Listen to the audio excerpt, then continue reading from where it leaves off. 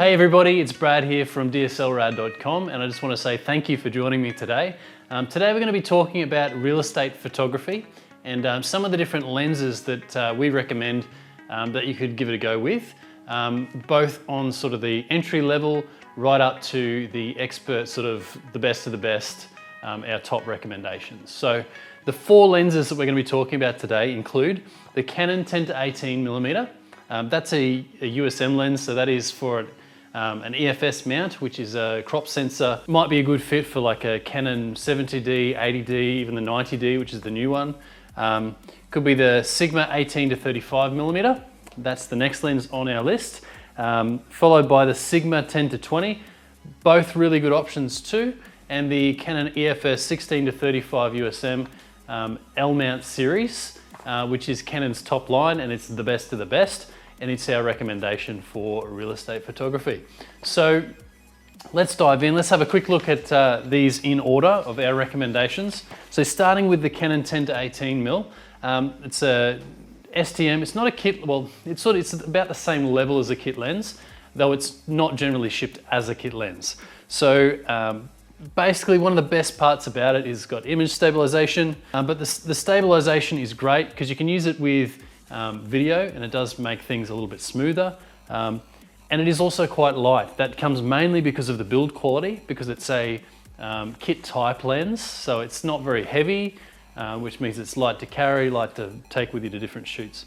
But like I say, this is probably the lowest of the bunch in terms of how pro level we're going to go.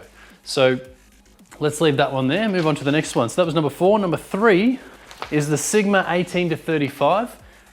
It's got a Canon mount, an EF mount, which means that it'll operate just fine on any of your Canon cameras. And it's very durable. The Sigmas make really durable lenses. They're quite solid, got a little bit of heft to them, very fast, nice and fast. And that one's got a focal length of 18 to 35. So still within that range where, you know, if you want to take a shot of sort of a smallish room and make it so that you can see the whole room, you really do need those very wide sort of focal ranges. Things like 16, 18, 10 even, if you're operating with an APS-C sensor. So another feature of this one is that it's quite sharp, very sharp. This lens is an APS-C lens, okay, as well. So it's not the EF lens, so it's not going to work on your 5D Mark IV, 5D Mark III, even the 1Ds. It won't work on those. It's APS-C only, okay? So if you've got a 90D or an 80D, off you go. The Sigma 10 to 20, that's the next one. So that's sort of the competitor to the Canon version. Still a really good build quality. It's got an f/35 3.5 aperture. If you do have a Sony camera, you can buy this lens in a version that is for the Sony Alpha mount, which is quite good. So this lens has a special thing called low dispersion glass and super low dispersion glass element.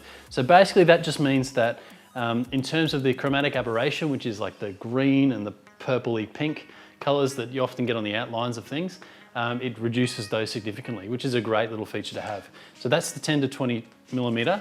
And then our final pick, which is our pick, which is the one that we think is the best, it's the Canon EF 16 to 35. L series lens. That red band really is sort of the bee's knees when it comes to lenses on Canon. They generally do, you can usually just bet that if it's got that red ring, it's going to be top notch in terms of speed, in terms of focus, etc., etc. So this one has a 16 to 35, so it's 16 mil, which is very wide, 35, which is still very wide, but it's quite sharp across that whole range. So really good lens option when it comes to real estate photography. That is an f4 lens as well, which, you know, some people say that f4 is just not really low enough because you can't get that real depth of field. However, when you're doing real estate photography, it's not critical to be able to get those, you know, the 1.2, 2.8 sort of apertures. It's just not that critical. If you want a sharp lens that's sharp across the whole, so a sharp image that is sharp across the whole image, you need to make sure that you're shooting up around, you know, the f4, f5.6, f8 sort of range anyway. Depending on whether you're using just natural light or whether you can be firing flashes, it can really change what you're after. So there you have it. There's our top 4. Thanks for watching, and don't forget to check us out, like, subscribe, and check out our website, dslrad.com. Thanks for watching.